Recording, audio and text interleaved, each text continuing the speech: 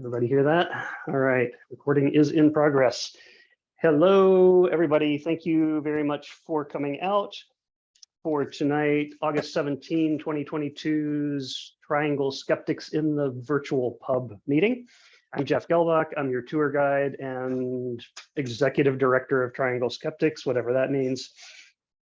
I see a lot of new faces. I see a lot of familiar faces, and I'm thrilled at this observation. Just wanted to open with a few remarks. Tonight, we are going to hear Eric Harris talk about the nature of perception and reality. It's not going to be quite that broad, okay. But I do want to say, especially for the new faces here, just so that you don't have a rude surprise on your hands, we are skeptics in the mold of Carl Sagan and James Randi. We are not metaphysicists. We are people who demand extreme evidence when extreme claims are made. That's the kind of skeptics that we are. That said, I want to remind everybody, please do check your biases at the door, which means you're unable to leave them behind, but know what they are. And respect your fellow humans. So we all have our own outlooks here. And with that, I'd like to introduce tonight's speaker, Triangle Skeptics' very own Eric Harris.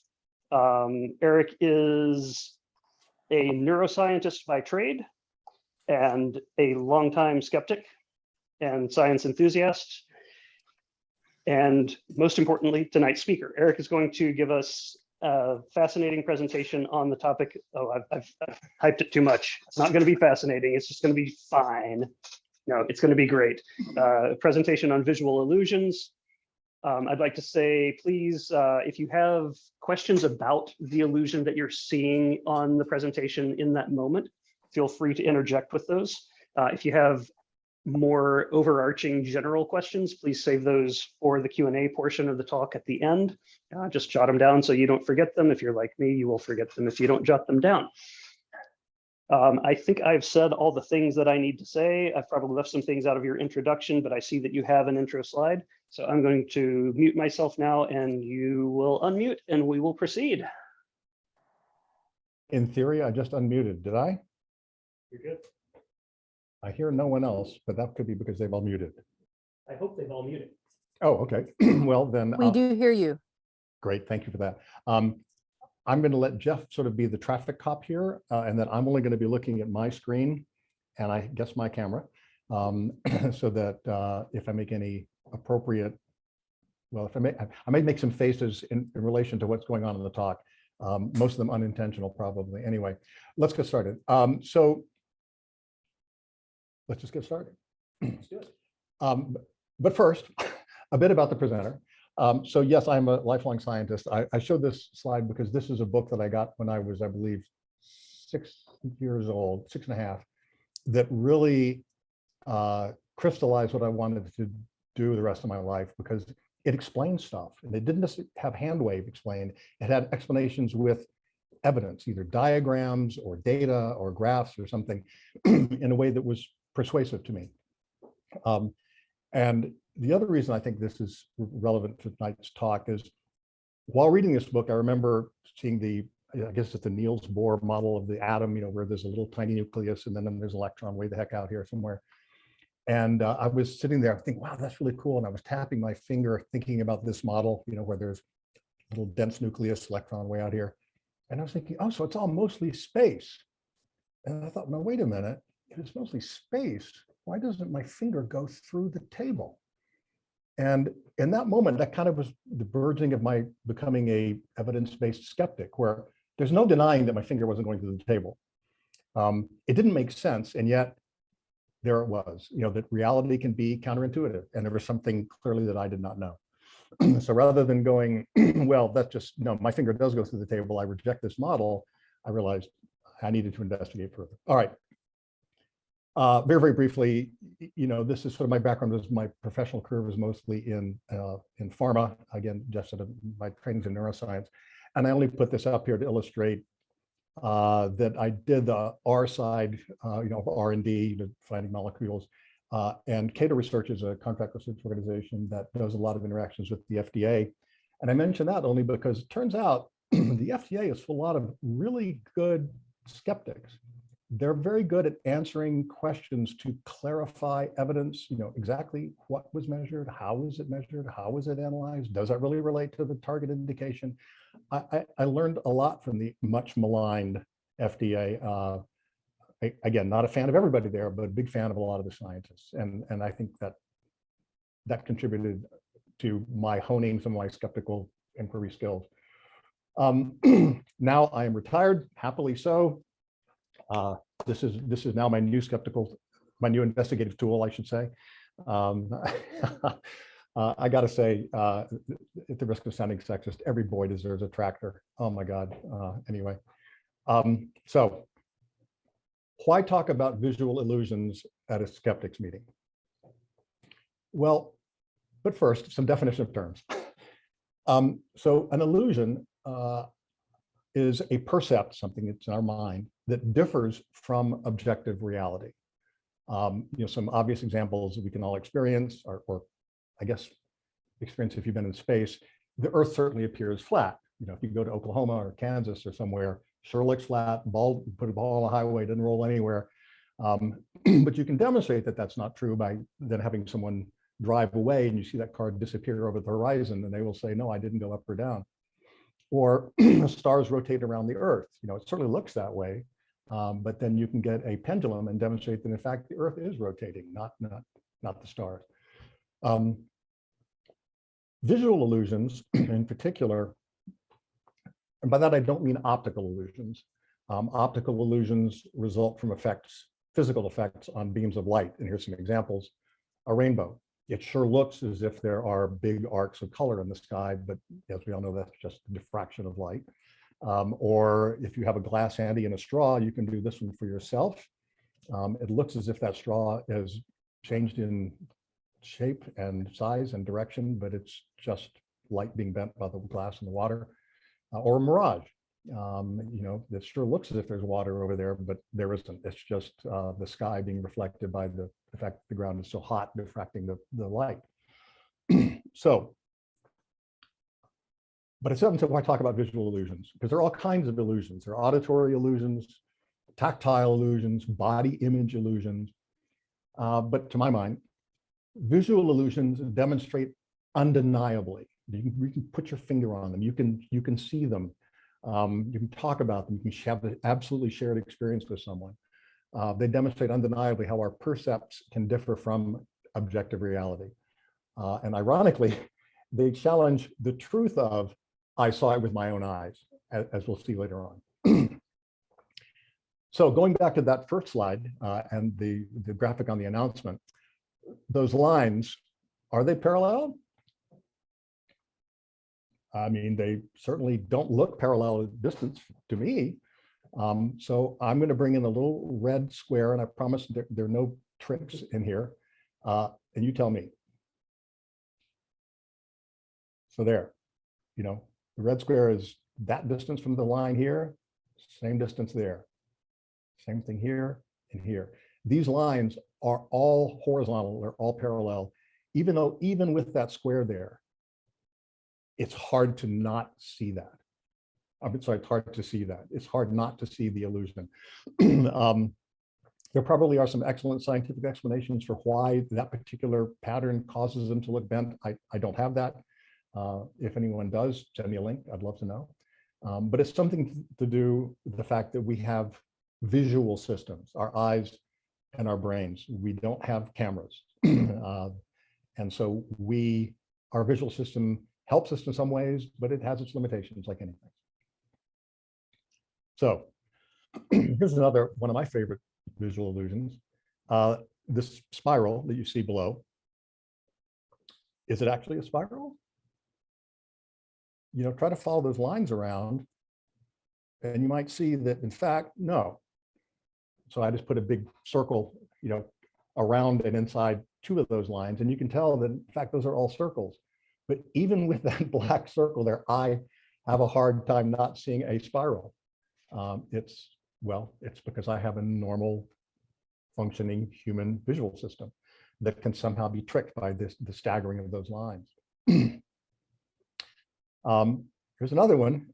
Look at this. You see a grid. And if you look straight in the middle of it, you see white dot in the center, and you see black dots off to the side. Now go look at those black dots, and they're gone. And now there's a white dot there, and they're black dots off the side. Now go to the side again. Anyway, I hope everyone can see this, that wherever you look, it looks white. In the periphery, it's black. And again, this is part of how our brains were made. They help us detect edges, but in having the kind of edge inhibit and so on, they can create this illusion of there being black dots where there's nothing at that intersection. And again, if somebody doesn't see one of these, actually, please do raise your hand or let Jeff know, because I'm fascinated with, do all illusions work for all people? I suspect not, because we all different. So anyway. Eric? Yes, please. Go back to the previous one. Okay. Yep. It seems like if I stare hard at the center dot, I don't see any other dots. Excellent.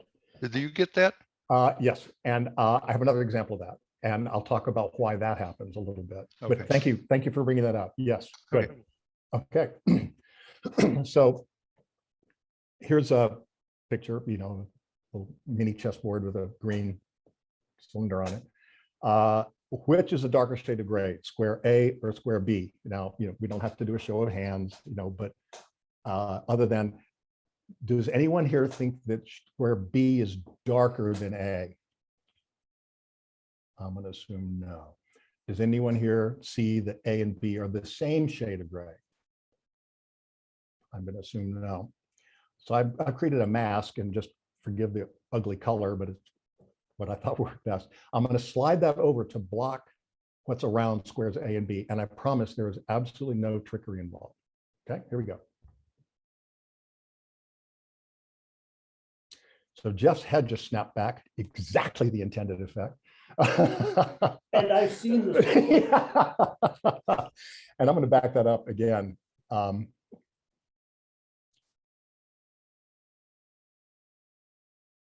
And it's one more time, that this time, just so stare just like at this corner of B.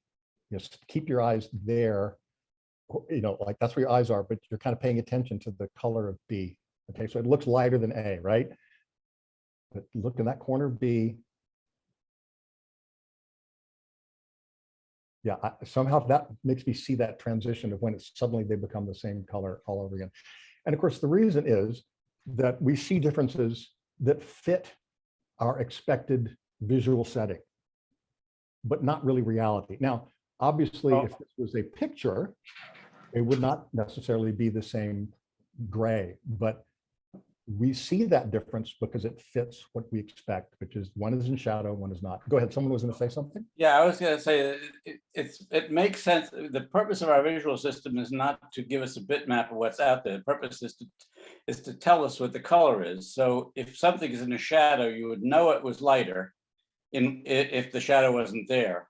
So for the purposes of dealing with reality, you'd like to think that B is a light thing and A is a dark thing, because and so your mind does that change, and because your brain isn't built to detect the exact shade of a picture, it's to detect what the actual object looks like. You know what I'm saying? Yes, I think I have a convert. Yes, exactly. Our brains, if not their purpose, their evolutionary advantage is in interpreting the world with some predictive utility. Yeah. You probably said it better than I did. I just had to use big polysyllabic terms. There's also a question from Beth in the chat. There's a question for Beth. I don't. Can you read the question for? Oh, sorry. If you could read that. Would this illusion be apparent to someone that doesn't go? Oh, what an excellent question. Boy, similarly, and just a little digression, there were some studies done some time ago, and just forgive the people doing the studies for it involved animals. They had some kittens whose visual system is pretty well mapped out and studied, and they raised some of them entirely in the dark, or with their eyes sewn shut. I apologize for that detail, but that was the case. and then studied what they could see when they grew up. So, their visual systems mature and then are hardwired by a certain age. Or they would do the same thing and raise kittens in an environment where all they saw was vertical lines, or all they saw was horizontal lines. And what was interesting is the kittens who'd had no visual experience basically just could not really see. They couldn't hardly recognize anything. Most interesting is, for your point, the kittens who were raised so that they only ever saw horizontal lines during their developmental period could not see the leg of a table. They would walk into it. Or the ones who were raised with only vertical would walk off the edge of the table because they couldn't see the horizontal line. Or it couldn't see, meaning did not grok it, whatever you want to call it. So to make a short answer very long, yes, previous experience does matter. And I think I totally agree. I think it's a really good point regarding this visual illusion. I hope that answers your question. So you look here and you can see that gray kind of horizontal line in the middle, gets lighter, it gets darker as it gets near those cylinders. You know what's coming. So here's another mask, and I promise no trickery. Okay, it's just a solid gray line. Let's just undo that. I dare you to see that as a solid gray line, again, in your central vision. Now, interestingly, with a lot of these, if you look to the side, the illusion goes away. This is not one that goes away for me, like as was mentioned about the black dots. Let's do that one more time. Yeah, I know. I love this. Jeff is nodding. Which red bar is longer, taller, if you will? Well, obviously the one on the right, but you know what's coming. No, they're exactly the same length. And this, then, Beth, for your question, is another good example of how those look like converging lines converging in the distance. So it looks sort of like a wall or a hallway, half of a hallway.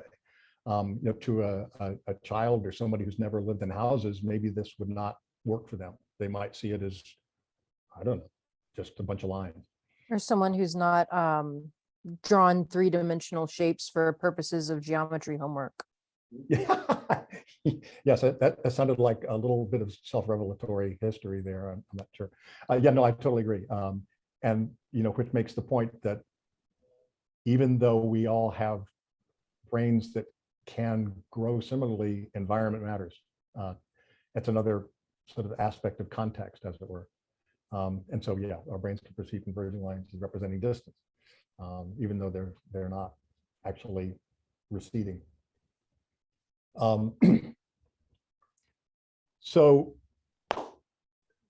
to me, I don't know about you, it looks as if the Leaning Tower of Pisa on the right is leaning a little further to the right than the other one. Jeff is nodding. I'm not sure if anyone else sees that. Sure looks like that to me, in these two different pictures. But you know what's coming. It's the same picture. It's exactly the same picture, side by side.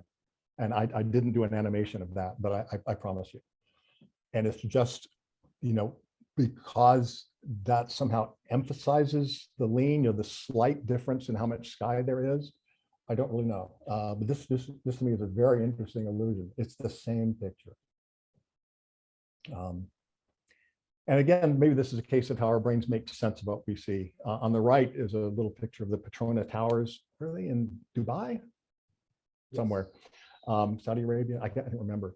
And in this case, those do appear to converge, those two towers. If you look at the distance at the bottom versus distance at the top. And I guess that's what we expect with the two pictures on the left. We expect they should converge if they're two identical, if they're towers next to each other, but they don't converge because it's just the same picture. So again, expectation. Uh-oh, Jeff's looking up something. He's looking up Petronas Towers. We are predictable, aren't we?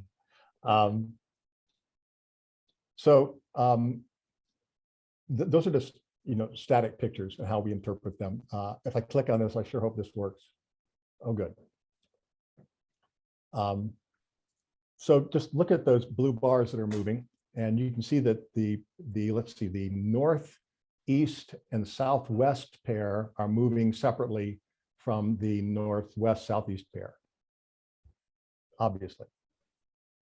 Except of course that they're not. So I'll make them visible again.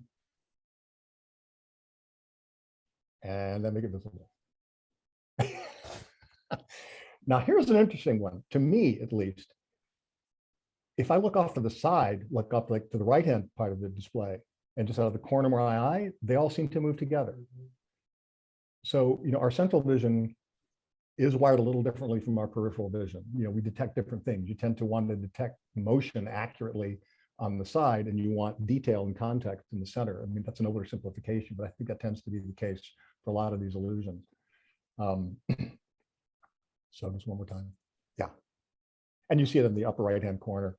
And I have a link to the site from which this illusion comes. There are a number of them. All right, now see, I think if I go back over here, we should get back to the presentation. Good. Oh, okay. So our peripheral vision can seem more accurate than our central vision, as we saw in that previous motion thing. But in this case, what I want you to do is just stare at the cross or just stare at the blob, like let's say the upper right-hand yellow blob. Just stare at it. Do not move your eyes. Just stare at it. Don't look anywhere else. And all the other blobs go away. Don't move your eyes. Now move your eyes. They come back. Is anyone not getting that? I like to stare at the yellow one, like this one right here. And that works really well for me. Everybody's gone but that guy. Or girl, sorry. Anyway, the idea here is that we adapt to static inputs, especially in our periphery that's kind of there to detect motion and change. And so we can become blind to stationary things of colors, especially in our peripheral vision. So in some cases, peripheral vision seems more accurate, some cases not. It depends. You still struggling with that one, Jeff? Oh, the chat is probably ruining it for you. Oh, there's something in the chat. Or is the chat disrupting it for you? Oh, it's not disrupting it at all. Oh, but there is something. Just that you might want to take a peek. Oh, I'm sorry. Yeah, I did for the slow response. Yes, absolutely. It also depends upon when they become blind. If somebody has developed, into their teenagehood with normal vision and then loses sight and then gains it back, they tend to have more normal vision, but it, depends on how much you developed beforehand. But good point. Thank you for bringing that up. So I don't know how audible I am on there. But I don't want to unmute because I don't want to get crossed off. But I have a couple of hardware defects that seem to make this one not work quite the way for me that it does for others. Okay.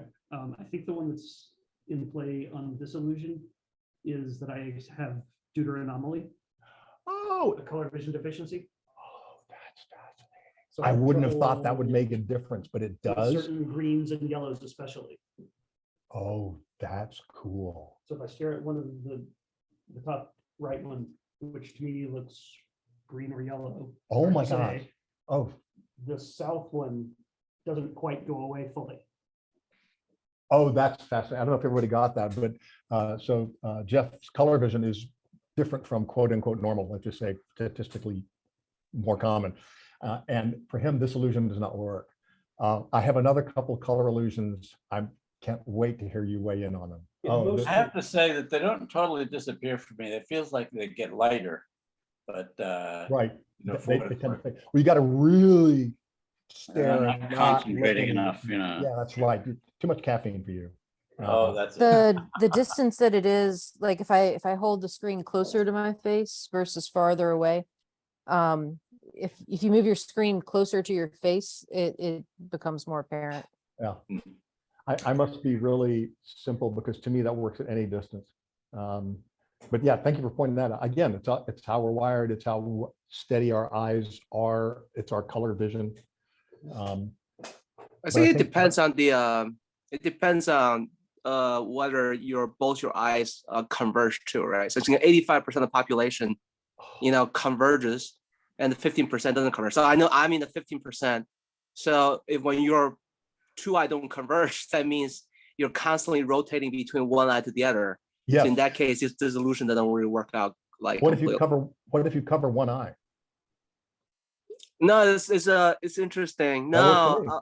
Doesn't work for yeah, you? I think if you cover one eye, it works a little better, but it still doesn't work completely. Yeah. Yeah. That's fascinating. And of course, I'm so glad you had these comments, because part of the, being, I think, an appropriate skeptic or a scientific skeptic or whatever we call ourselves, is realizing that, again, we all different. We have all different perspectives, biases that we need to check at the door, as you said. But thank you for bringing that up. I did not realize that that common an occurrence to have non-convergence. Interesting. Okay. So you know the answer to this question. Are the X's, where the bars cross? So is this thing the same color as that thing? Asks Eric with a wink. So what I'm going to do, what I've done, and again, I swear there's no trickery. I'm not clever enough with IT. You guys now know that. I'm going to take, I like sort of Photoshop or cut, or whatever the right word is, this thing, and I'm going to slide it over to there, okay, to compare them. Okay, here we go.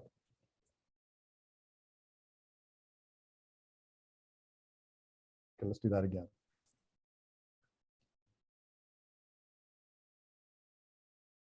Yeah. Now, what you might notice, what this happens for me, is right about here, it changes color. Now, I'm sorry, it appears to change color. It is not different color. So, and it's like I almost don't believe this. It's like, come on, I'm looking, I can tell right there, they're the same. And unfortunately, I can't really do this under my periphery. I don't have enough resolution to really see that particular bit. But again, context can really matter, especially when it comes to colors, especially if we are differently color enabled, I guess, or whatever that word is. Anyone want to see that one again, or should I move on? All right, we'll move on. We're good. Oopsie, sorry, we had to do it one more time. So another color one. Let me click on this. What I want you to do is just stare at the X, just fixate on the X, and pretty soon, some of you will see a light green blob moving around the circle. And soon after that, the pink blobs may start to disappear. Is anyone not seeing green? Got the green. You got it? I got the green, yeah. Yeah, the disappear is hard. It's so hard to fixate because I want to go look at that green dot. If I jiggle my laptop like the slightest, the greens disappear. But if I hold it very still, the greens appear. And this is a case of, again, sort of an adaptation. Your pink seeing brain parts are tired of seeing pink. And so when the pink goes away, you see like the reverse of pink, which is that lilac. Let's call it lilac. I don't know if that's actually a lilac color. I see it as a pale green. When I blink, the green disappears. Absolutely. Then you reset, right? Yeah, because you sort of allowed all those receptors to kind of desaturate, as it were. Yeah, I love this. And it's funny, I don't know, again, we'll get to talk about this more later, but in like everyday life, I'm constantly seeing things out of the corner of my eye that aren't there. Piece of paper blowing in the wind, no, there was nothing there. It was a shadow, or it was a light, or it was a cat, or of course, probably no cats can turn into pieces of paper. They're kind of magical. Anyway, so just kind of look around this, especially don't just look in one spot, kind of move your eyes back and forth across it. And I wonder, does anyone not see that image as sort of waving? Does anyone see it as not wave, or not see the wavy motion? Jeff, you got that one? I got it. Yeah. And yet, again, you can put your finger on it and show that nothing's moving. And it's just we can see movement where there is none. I don't have a full explanation for this one either, why that particular pattern does it. What's also interesting to me is when I see that as a series of troughs, not, that's what I see first. I can then flip it and make those hanging billows, as it were. But of course, there is no three-dimensionality there. Any more chat? Okay. Okay, so we're gonna go back to that website again. What you're gonna do, what I want you to do is to look at the red dot and figure out which way the little satellites around it are moving, meaning are they moving, well, you'll see what I mean. And then look at the yellow dot to confirm that. And then look at you'll see. So look at the red dot, and I see the satellites is going counterclockwise around the red dot. And out of the corner of my eye, without looking, I see the black dots going clockwise around the yellow dot. But if I look at the yellow dot, I see the reverse. And so here's I think perhaps the best example of how your central vision is different from your peripheral vision. Because where you're looking centrally, we tend to see counterclockwise, and the periphery sees clockwise. I think the counterclockwise is fairly objectively real, but it's the peripheral that for some reason sees the odd thing. I think you're right. Yes. Yeah. And I guess I can put my finger and follow one of the dots. Yeah. Sure looks like counterclockwise. If I go over here, sure, yeah, I totally agree. But again, I saw with my own eyes, the Ferris wheel was going the wrong way. Well, Eric, I'd like to point out that if we were in the 1600s, you'd be burned at the stake for being a witch right now. one of the highest compliments I've ever got. Yeah. Well, I mean, if I had a laptop in the 16th century, yeah, I'd be. I don't know if I'd be. You'd be the Pope if you had a laptop in 1600. So. But I'd have no place to plug it in. No Wi-Fi. That's right. Yeah. Or You'd be really smart for like 2 hours. Hey, I sense a movie in there. I sense a movie plot. All right, let's go back here. And of course, this is kind of a classic. So forget, we see colors that aren't there, the movement that's not there. We see the things that our brains are best at is seeing patterns. And I guess everybody sees the white triangle, right? Undeniable, except for one thing. There is no white triangle. There is no white triangle. There is no man behind the curtain. No. Yeah, I just love this, and it's just undeniable. Again, mostly for central vision. It's kind of in peripheral for me, but mostly central. If I look there, I just cannot help but I just want to put a triangle there to make it quote unquote fit. And there's all kinds of patterns we're really good at seeing, especially with faces. And so, yeah, that crazy dryer is driving me.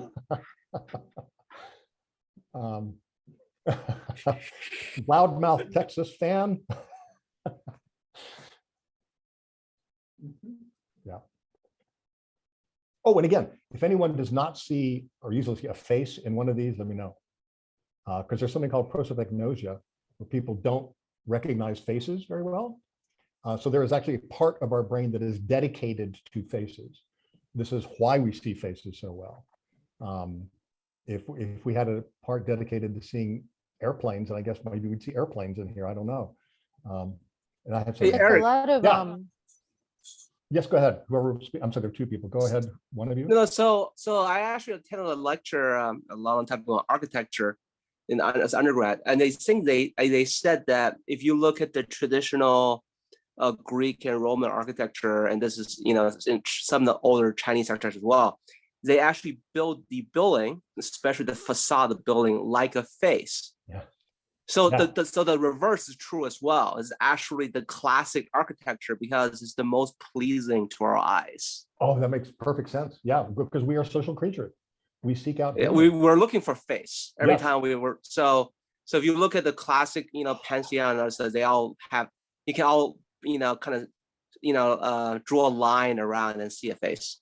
That's great. I'll have to look for some other examples besides just the barn. But being a a hobby farmer. This, of course, I have to go there. Look at car bumpers. Say it again. Look at car bumpers. Like once you realize the headlights look. Oh yeah, car, absolutely. Cars Yeah, look if you like look that. at the bumper, it looks like a face. Yeah, like yeah. a Well, smiley face, and then the I got bright yeah, light. yeah.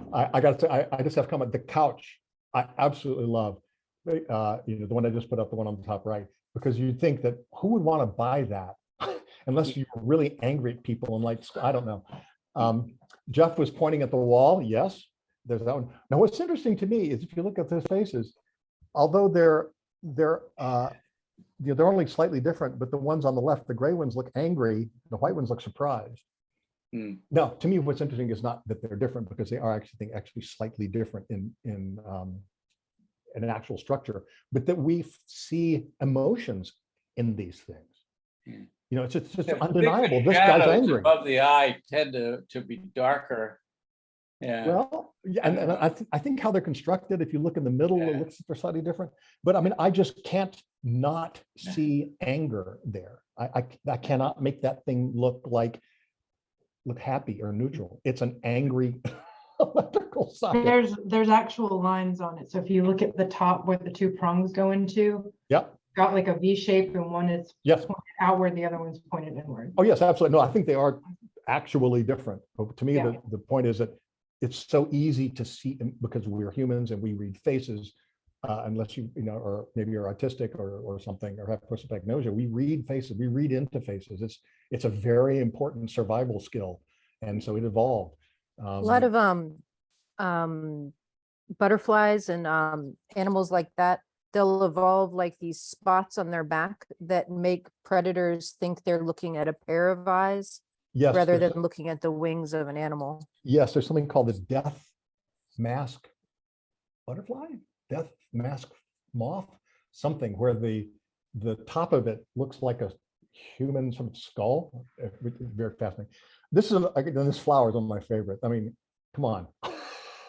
There's a skeleton there, you know. The But odd of course, thing about that is I can't see animals in the wild necessarily being scared by a human skull, but humans are pretty psyched out by that. But it doesn't seem like it would evolve to upset humans. right, yeah, again, this is way beyond my area of expertise or even this discussion, but I make up in my mind that either the death's head moth is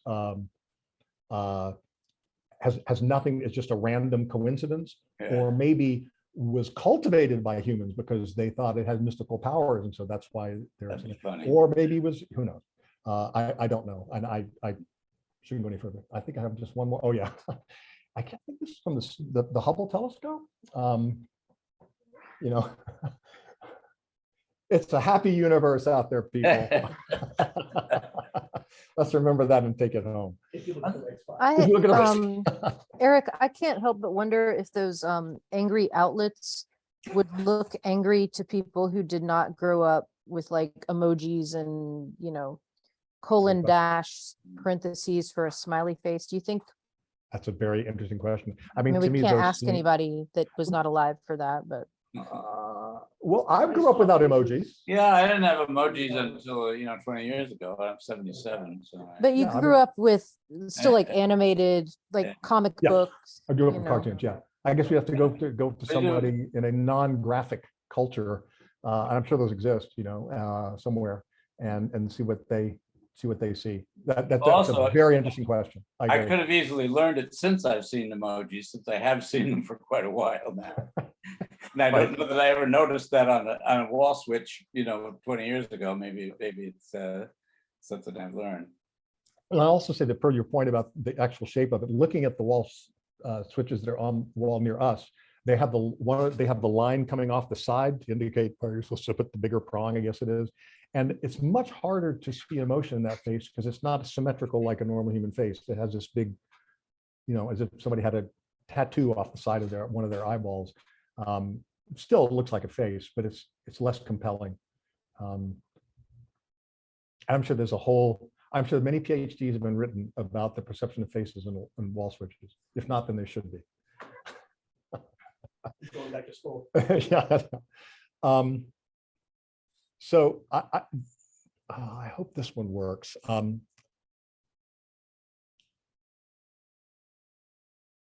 This will require sound. be able to do that. Uh-oh, wait a minute. Oh, please load. If this doesn't load, it's okay. You can do the, here we go. Oh, God. Get the app. Here we go. Many of us have become quick to catch illusions Let me that pause trick our this. eyes, but First of all, is everyone hearing that voiceover? Is Yes. anyone good? Okay. All right. Here we go. how often do you consider illusions of the ear? Are you really able to trust your ears and the things they hear? For example, listen to Greg speaking. Bar, bar, bar, bar, bar, bar. What do you hear? If you heard bar, bar, bar, you'd be right. But how about now? Bar, bar, bar, bar, bar, bar. Chances are you heard far, far, far this time with an F, except you didn't. In fact, the audio didn't even change between the two videos. Bar, bar, bar. Strange as it may seem, what you hear depends on which video you're looking at. Go ahead, take turns watching each video and see how the sound morphs. Bar, bar. This is a perfect example of something called the McGurk effect, which shows how our visuals can alter what we believe we're hearing. Now I want you to count how many times you see a circle flash on screen. Let's do that one more time. Did you see it flash twice? Many people do, yet without the sound, it becomes clear that the circle is only flashing once. In this case, the sound has altered your perceived vision. The next one works best with other people around. I'll play two tones and you tell me if they're ascending or descending. In other words, are the notes played from low to high or high to low? Listen to this. Which was it? How about this one?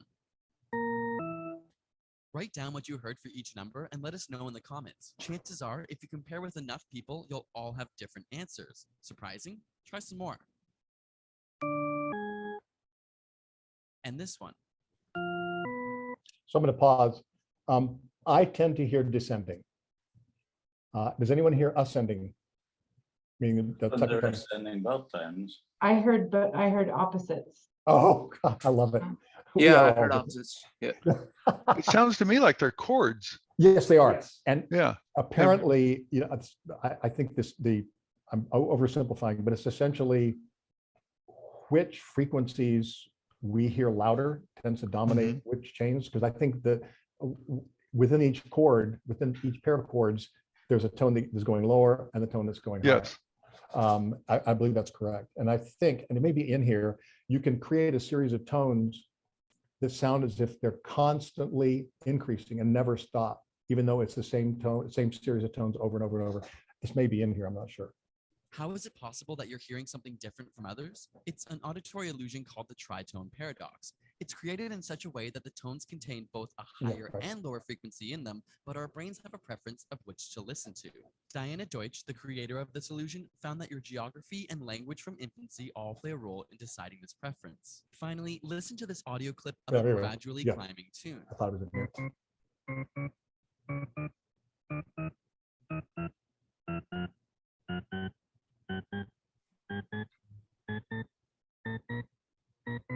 And yet, if I play the exact same clip back to you, it will sound like it's only continuing to climb higher and higher. I swear this is the exact same clip I just played. You can rewind that section of this video over and over and check for yourself. Try it. Each time you start it over, the tune is seemingly climbing even higher.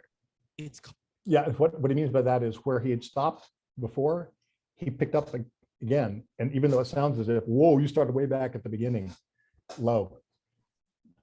See what I mean? It's like he played a series, it sounds as if it's climbing, then he played it again. We went back to the beginning of it, which is why this can sound as if it's just called the shepherd tone illusion, of which there are many variations. In it, multiple sine waves are played on top of one another, raising in pitch, while one quickly drops down an octave as the others continue rising. But our brain doesn't notice this drop, and so the clips sound like they're rising forever. These illusions may help to explain how something like music can have such a profound yet varying effect on our minds, which we discuss in our New ASAP Thought episode here, along with the question of whether or not music can save your life.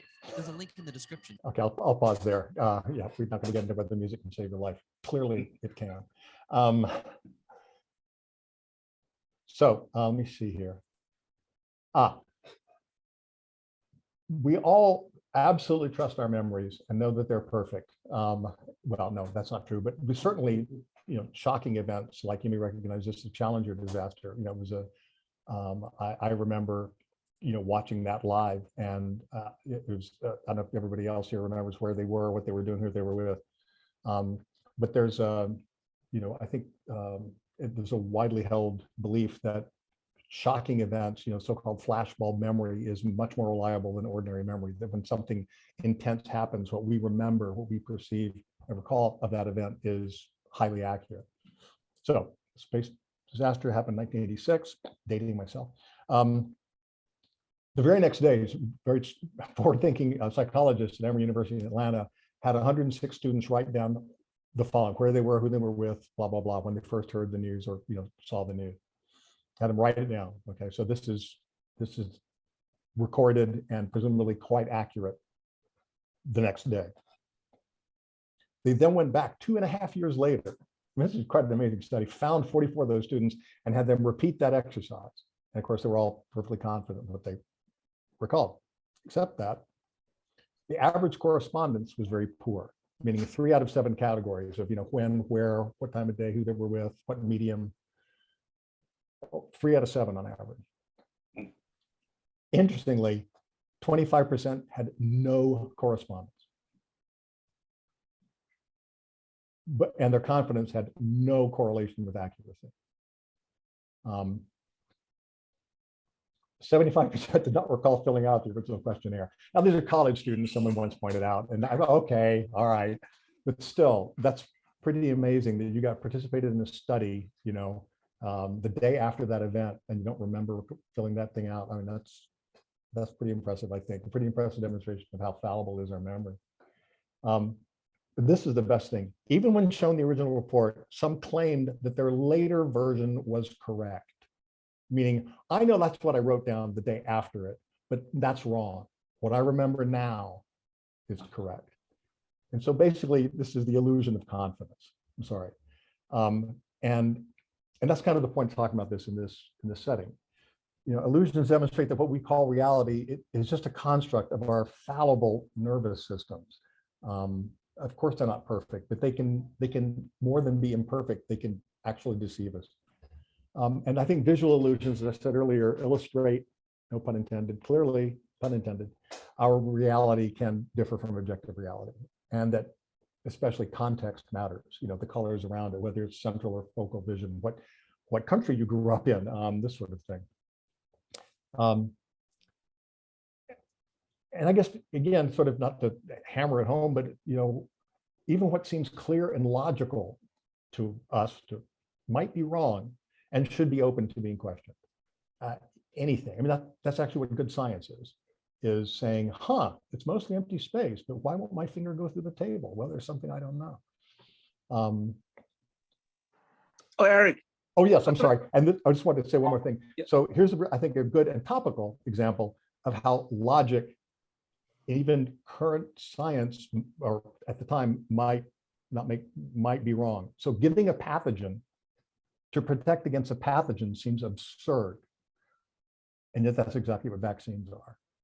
And that there's no logic beforehand until you learn about the immune system. Well, the very original vaccines were more consistent with just, we're going to give you smallpox, but you'll get it through your skin. So it'll be a milder variant or milder case than if you inhaled it. So Right. that was more of an inoculation than a vaccine. The vaccines we're getting now they're not full-blown COVID. Absolutely agree. Yeah, I should say that, inoculation versus vaccination. I mean, there are some differences. I recall with smallpox, didn't they find that people who had gotten cowpox, whatever that might have been, didn't tend to get smallpox? And that was part of the reason they originally started to invest this. And that was the case of having data that was just seemed not to fit with current knowledge or with reasonable medical practice. And yet there are the data. Milkmaids tended to not get smallpox because they would get infected with cowpox. But so Eric, I actually think, I don't know that they should be grouped together, the summary. I think they're very different things. So okay, okay, let me just finish the point. So The first two is, I think, in neuroscience, what we call our innate desire to fill the gap. So whether it's auditory, smell, taste, or vision, when we're in the low or mid information environment, and when we see gap, our brain hates gaps, and it would do everything possible to involuntarily fill in all the gaps with whatever information we already have. And that's involuntary. It doesn't really matter how smart we are or how much education we have. Everybody's gonna be doing that unless there's a defect in our brains, right? Where the third one, that's really the difference between you have a series that's you can induce it through rationality or logic versus empirical falsification, right? Which is a scientific method. And that's a little different because those two things are voluntary, and you just have to perform both to see if they get you to the same results. But at least you have some control over that, right? So you have both ways that are available to you if you want to take them. Where the first two, you have no choice. You're just you're kind of screwed, right? Because your brain is doing this without your permission. Right, it's just doing this subconsciously. So I think those two should be separate. Oh, that's an excellent comment. Thank you. I guess the reason I put them together, and I completely agree with your point. You're right. One can correct one's knowledge and change one's view of something or desire for something, or willingness to get vaccinated or whatever. Whereas the other are, as you said, involuntary. I guess my point is I look at the first two, or the whole concept of visual illusions, as an invitation to being willing to question what's in your head. And because visual illusions are undeniable, are hardwired, we all see them, we tend to all see them, or we can all see some of them. And that opens the door to, maybe everything I think I'm so certain about, maybe that's not exactly reality. That's very different from being misinformed or having bad logic. But in a way, they both are about filling in gaps. In one case, hey, I don't want to get that. I don't want you to give me cowpox. That's a disease. That's bad. Not, that's making the leap from that thing that can make cows sick will make me sick, and therefore that's bad. Versus then adding in more information to fill in the gap with data as opposed to a supposition. I don't know if that makes sense to you, but thank you for that point, for that comment. That you're right. Those are different types of fallacies, or one is not exactly an illusion other than the illusion of confidence and ignorance, I guess. But thank you for that. Was there more in the chat that I'm missing? A wasted drive. I just saw that guy. I love that. Okay, so thank you all for tuning in. This website there is where I got, the one with the square, the green blobs moving and the pink dots and so on. And there are many, many, many more. The guy has done a great job of collecting a bunch of different illusions. And I'm open to any questions, corrections especially. And with that, I'll stop 5 minutes early. But of course, I have a million more slides if there's time.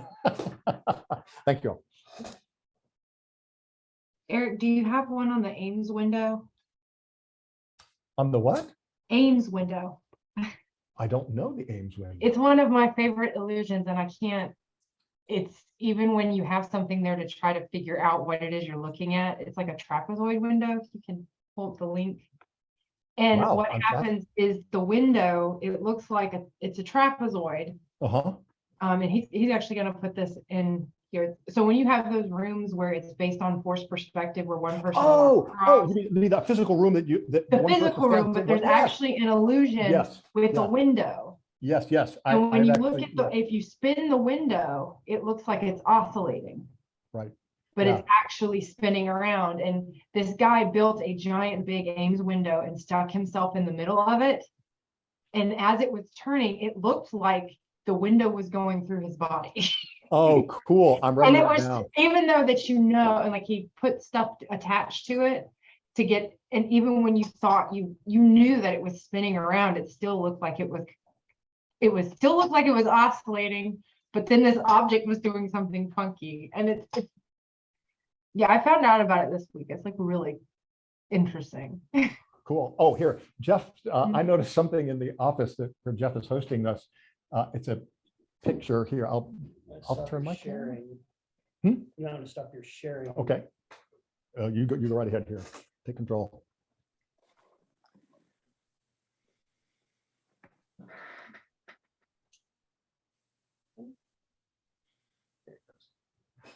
Now what? All right, so you'll have to focus Eric. Oh, you put it in front of my face? Yeah.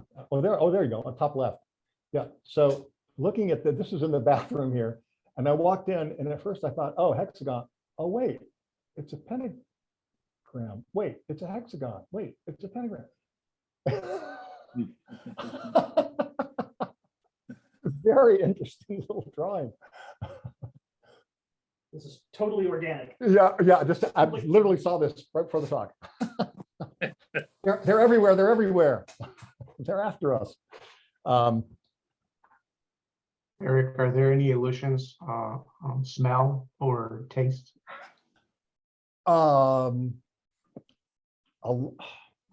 Yes, there are some interesting ones, and I can't think of any, but there are some smells. If you tell someone, this is a cow turd or whatever, and yet it's actually a tomato. I'm totally.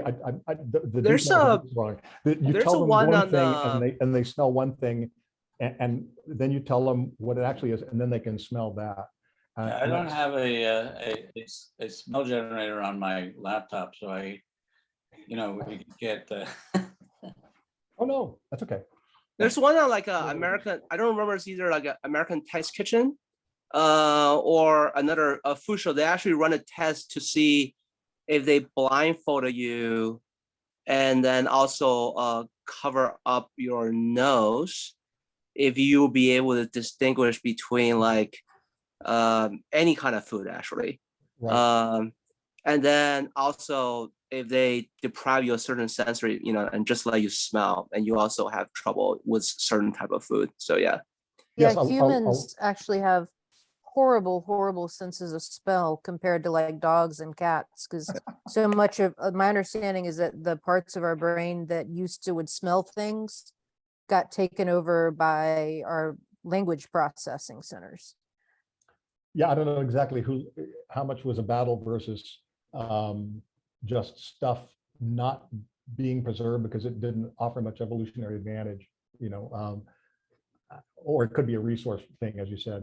Clearly our ability to read faces is, and see three-dimensionally and see certain colors is proved advantageous, whereas smell is not so important. Yeah, we have a couple dogs. We have a dachshund in particular. Oh my God, that guy can smell anything. If let's just say I was cooking 3 hours earlier and washed my hands twice, still he'll go to right to that hand, not the one with the knife, the other hand that was holding the thing. There was another comment I was going to make in response to something someone said. Here, let me just show you one more illusion. These are kind of fun. This is another color context illusion. So I'm sure everyone can clearly see that there's some kind of aqua bars on the left and some green bars on the right. Okay, so, I need you to be able to see those. I'm talking about. Okay, you know what's coming. Okay, they still look different. Aqua and green. Yeah. Still. How about now? I love this. Merely the color they're next to, changes. We see that. It's amazing. Really, when I do this presentation for the next week or two, I'm going to be questioning every color I see. We talked about shepherd's tones already. Oh, let's just, oh God, dear God, let me skip all that. Sorry. Yeah, this is sort of a related comment. Supposedly, Albert Einstein said that common sense is actually nothing more than the positive prejudices laid down in the mind. prior to the age of 18. And this is not really about an illusion so much as a predisposition to see and hear what we want, which can be both positive and negative. One can find offense if we're looking for it, or you can find beauty if you're looking, if that's what you want to see. Anyway. I have one more thing. Hold it. So this is another one of those how we compensate, and I put this up just because it's from my life. So this is a couple of years ago. This is handsome looking guy over here. This is me. Handsome looking, not actually handsome. And these are my boys. And you can clearly see that his jacket is darker than snow, right? Darker than the shadow, except that put them side by side. There's the edge of the jacket. There's the snow. Now again, it's because of the shadow. We know that that's white snow. It just doesn't look that dark. Not the best example. I like the other one better. Another color one. This is another A/B thing. Which one looks darker? Which one looks more brown? What's coming. I'm going to put up a bunch of masks. Same color. Even though they're not. I mean, they look different even though they're the same color. Oh, and why don't they just stop that? I'm actually really wanting to hear what if any of these people didn't see, like you mentioned, Jeff. Tactile illusions, there's some wonderful fake hand illusion, and I don't have a video of it. And maybe you've heard of this, where you have someone put their hand under and like inside a little like tunnel, dead hand, that has another hand, like a fake hand on top of it. And while stroking the fake hand, you're also stroking their hand. And pretty soon, the fake hand starts to feel like part of their body, even though you can see that it's not part of their body. And the real kicker of that is I've seen this thing done where once the person really feels that it's part of their body, they stab it. And of course, the people jump back and shriek and are freaked out, even though it's not their real hand, because it had I'm become sorry, part- I have to ask, like, what was the premise for, why are we doing this? Like, why are we talking about illusions? like why did like the experimental setup here, I'm going like, what was the motive for convincing someone that their hand was? I can give you one example of its use. Well, Phantom hand. let me answer her question. Yeah. So I Okay, put it was just an example. It was just an example. So of like, sorry. Like they were doing the research because like people who lose, especially in Yes. wars, when they lose like hands or limbs, they still get the Phantom limb syndrome. the desire to scratch, and it's painful, and but they obviously can't scratch it because it's not there anymore. Actually, no, So that's actually not strictly correct. The like phantom limb problem for people who lose it is a real neurological issue, that the nerves are in fact sending scratch signals or pain oh signals. no, I understand. Yes. But what I'm saying is that there's no actual limb to scratch, right? Right. Because the limb is gone. Right. And then this, I think this neuroscientist called Ramachandran, he designed this tool called the mirror box, Right. where by looking at this thing side by side, you can actually train your neural system to distinguish the actual limb versus the phantom limb. And that also can help to Yeah. reduce the painful sensations. Yeah, no, but the thing I was talking about with the rubber hand was just a way of demonstrating that one can even have an illusion about what's part of one's body, beyond losing a limb, just a normal. Okay, now I'm seeing like the purpose. Yeah, sorry about that. Yeah. I was like, what? Yeah, why would you do that? Well, humans, what are you going to do? Yeah. Not scientists, Was there something else? I hope I didn't cut anyone off. Oh, I had the same answer. So Well, good. It's good to have backup. Thank you. Here, I can click through and see what's next. I'm not sure. Oh, here we go. So it looks as if it's moving, especially like if I look like from outer to inner, it tends to move. But peripherally, I That don't one get it. and the other one that looks like it's moving, both of those, like, I don't like, it makes me like physically uncomfortable to look at, like motion sick almost. Sure. Yeah. And isn't that interesting? That even though there's no motion, because you perceive motion, you get what you would normally get with motion. Now first of all, I'm sorry to hear that. I can't be very comfortable. So I can change slides. I have no idea what's next. God. Oh, so this one, just get a blank piece of paper or a white wall or something, a whiteboard, and just stare at this dot right in the middle for like 15 seconds. So we can all do it together very meditatively. Just stare at that dot.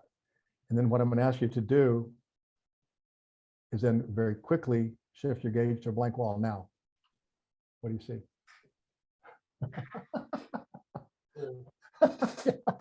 I don't know about all of you, but I, and Jeff, I assume also saw a normal colored American flag, because we sort of saturated the receptors for the complement of the colors of the American flag. Or not the receptors, the circuitry. I'm really scared to keep clicking, but let's just see what's next. Oh, another good illusion. I don't have this linked, but it's a black and white picture that when spinning, how you look at it seems to take on color, a brown color. So it's like, again, a mixture of movement becoming color. It's kind of like the click and the circle disappearing, how our senses can combine together to create illusions to misrepresent the world. Let's see. Oh, this is not a really good one, but because I realize in a digital age, this one doesn't work so well. But you know, it's a matter of resolution. One can argue with pixels, but it also works with in the real world if you have that sign. Oh, sorry, never mind. How do you see color? Forget it. There we go. I'm done. But I will definitely look for the Ames window.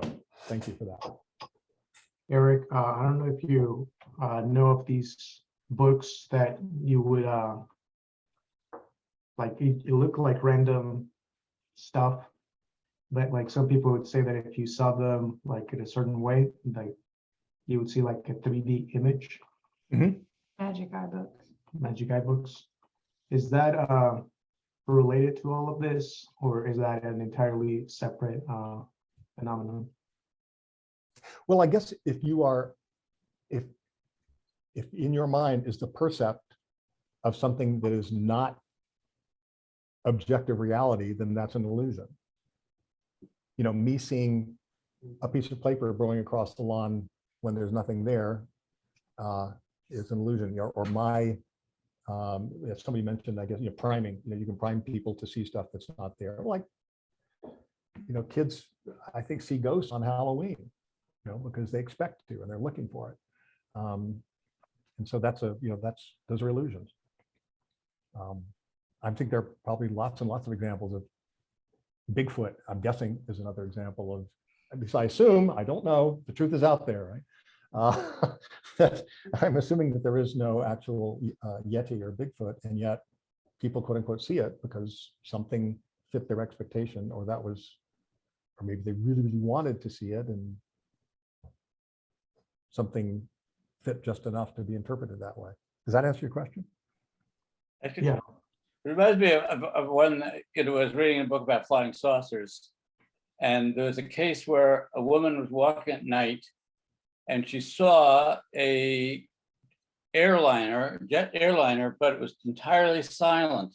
And it was, and it was quite close to her, and she was totally freaked out. And it turned out that there was a meteor shower where a bunch of little dots were in a row. And of course, they were 1,000 miles away, but she was thinking it was nearby, and her mind built this airplane hull around these dots and said she was sure she saw windows of an airplane. She was watching an airplane. Right. White triangle. Or ancient Greeks smoking or drinking God knows what and seeing swans and half horse, half fish in the sky, formations of stars that looked like that. That's a little different. They were obviously just trying to make sense of what patterns they saw. And again, and of course, the point of this is not just to say, yeah, we can be fooled, but what's the antidote? What's the other side of this is be willing to question something and try to find a way to get an objective, unbiased, reproducible, whatever answer. You know, for example, with all these illusions, you can put your finger on it, or you can cover part of it, or, you know, this sort of thing.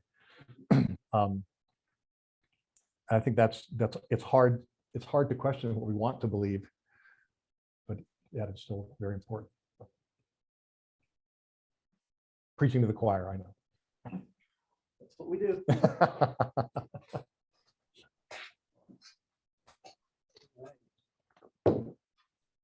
Any general Q&A? It is important to remember that if you see something that can be explained two ways, like I was outside and saw this bright light in the sky just after sundown and thought I was seeing a supernova, and started looking to prove that there was a supernova up there. And of course there wasn't a supernova up there. I'm just somebody who doesn't know much about the sky, and that was Venus. Wow. Wow. But it could be a supernova, but it's much more likely to be Venus. You know, I love that you're ruling out coming up with alternative explanations and ruling them out is, I guess, is really what we're talking about. Yes. And you know, this happens all the time in our real lives. You know, like I don't know, like on my farm or something. You know, earlier there was something that belongs in one of our pastures that kept disappearing from that pasture, and you know, with the horses, and it's like, you know, they couldn't possibly pick it up and move it, but it turned out that if it was dropped in a certain area, our donkey and another pasture could pick it up and move it. It wasn't aliens, it wasn't wind, it wasn't that I'd left the gate open accidentally. It was the donkey. You know. Yes. I mean, there's all kinds of, I'm sure that everybody here could come up with a good example of how there was something, they had an explanation, they were puzzled, came up with an alternative explanation, and found a way to decide between those two.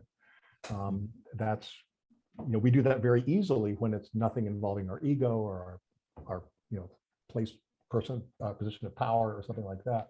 But yeah, it's, and I wish I had some examples. The same thing you had too, Bob, was something I saw, and it seemed freakishly close, and I was almost going to duck, and it was something like a meteor. I mean, that isn't it. I wish I could remember it now. But has anybody ever been in a parked car and you've got your foot on the brake, you're in park, and then the car beside you starts backing out, and you're like, why is my car moving? It is slam down on the brake. You know, I think that's called the Morel illusion. I'm not sure. It will be from now on. Yes. That's a great example, Beth. Thank you so much. Yeah, I've had that, and it's frightening. Oh yes. Wow. Yeah, that's good. I'm going to write that one down. I think on boats, you know, it's very hard to tell whether your boat is moving or the boat next to you is moving. That because there's so little sensation of anything. Yep. Yeah, particularly on a larger boat.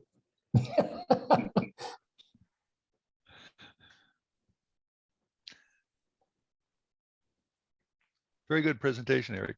Oh, well, thank you. Thank you. I appreciate it. And if you have any favorite visual illusions, please send them to me. You know, I like to pick the ones that I think you kind of make a point real clear, and the different fallibilities, you know. Thank you. Who's you're welcome. The duck and rabbit one, where you can see Oh, yeah, that's a good one. Yeah, that's another one of those. Yeah, duck, rabbit, or the young girl, old lady. Yes, that's an ancient one. That's from a long time ago. Yeah. That's a good example. Yeah. Ramiro also wanted to bring up the dress. Oh yes. Yeah, yes. And Laurel and Yanny and Green Needle, whatever that other one is. Yeah. Brainstorm and Green Needle. Yeah, the famous dress. Yeah, what color is the dress? Yeah, that's Yeah. a great It's still example blue of. and black. It will always be blue and fucking black. That's another shadow caused illusion. Right, exactly. Overexposure. I know how it is, but it will be blue and black forever. That's what I'm gonna die on. Actually, I guess I should always include that one because everyone's expecting it, right? It's like if you don't show the dress, you're not doing it right. You're not covering everything. Yeah. I'm putting a file in the chat that somebody had annotated the famous I guess semi-famous rabbit duck one and added an extra thing, and then my mom couldn't see the chicken ballerina with bum hole. I don't know if y'all are, so I had to draw it in for her. I'm sorry, wait, did you just say chicken ballerina with bum hole? I put it in the chat. You have to look in the chat. You've got this. Well, the duck rabbit, that's a brand of I beer, see the right? chicken Wine? ballerina with a bung hole. Oh my God, where is it? The ears are the feet. Bunny tail is. But then I had to annotate it for my mom because she just couldn't see it. Oh, I see the rabbit. What are the I see accents? the chicken.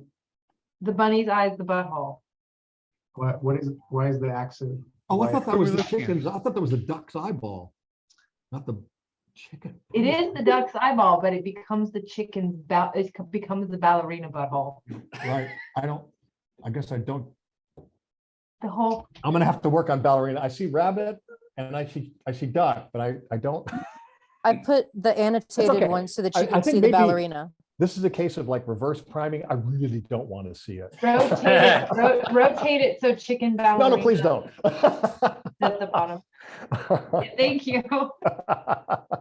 There's also Sorry. There's also an illusion in the Pepsi logo. No. The modern day Pepsi logo. There's like an obese person's belly. Can everyone hear Jeff? Yes. Okay, It's a yeah, go ahead. penis. There's an obese person's jelly in the Pepsi logo. Belly. It's a penis. I'm gonna pull up Pepsi logo. Oh, sorry, not very good typist logo. This one? Yeah, you can never unsee it once you've seen it. I Oh, thank that you looks for like that. oh, that's a shirt and that's the pants and that's his belly. Yeah. I knew I never liked Pepsi for some reason. It's like plumber's crack. Now Okay. I'm gonna look at. Now I have to go Coca-Cola logo. This is the red shirt, blue pants, and that's his white belly. Yeah, that's boring. Coca-Cola's boring.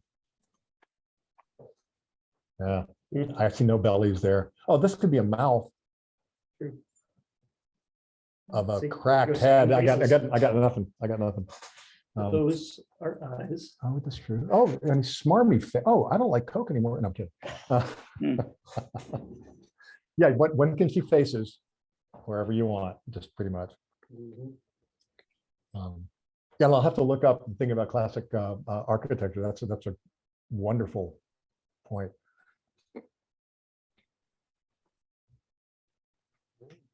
Shall we bring this thing in for a landing? Yeah, I guess so. Anything else? Any other great suggestions, points, corrections? Always needed those. They're painful, but I welcome them. No, great presentation. Thanks a lot. I appreciate it. I haven't been regular to these lately, but when I saw this, I said, doing this on Zoom has got to be interesting. Interesting. I hope right. it was interesting. It was No. good. It was good. Oh. I saw essentially all of them. Great, good. Oh, I'm glad. And I guess there's a way, I don't know if any of that stuff's copyrighted, so I probably can't just share it. I have no idea. Well, you know what? Folks can email you. Yeah, you can They email want me a if somebody copy wants a of copy, that. right? Yeah. Everybody got the email address already? Or you can message on Meetup. Right. There are ways. All right. All right, everybody have a safe drive home. Don't run into any UFOs because they're real. Yeah. That's right. Well, good seeing everyone. Thank you. Actually, no, it really it is. Thank Yeah. you all for Yes. participating. Very nice. Right. Well done. Thanks, Thank everyone. you. Thank you. Bye. Good night. Thanks, Jeff. Yes, thank you. You're Jeff. welcome. Have a good night. Huh?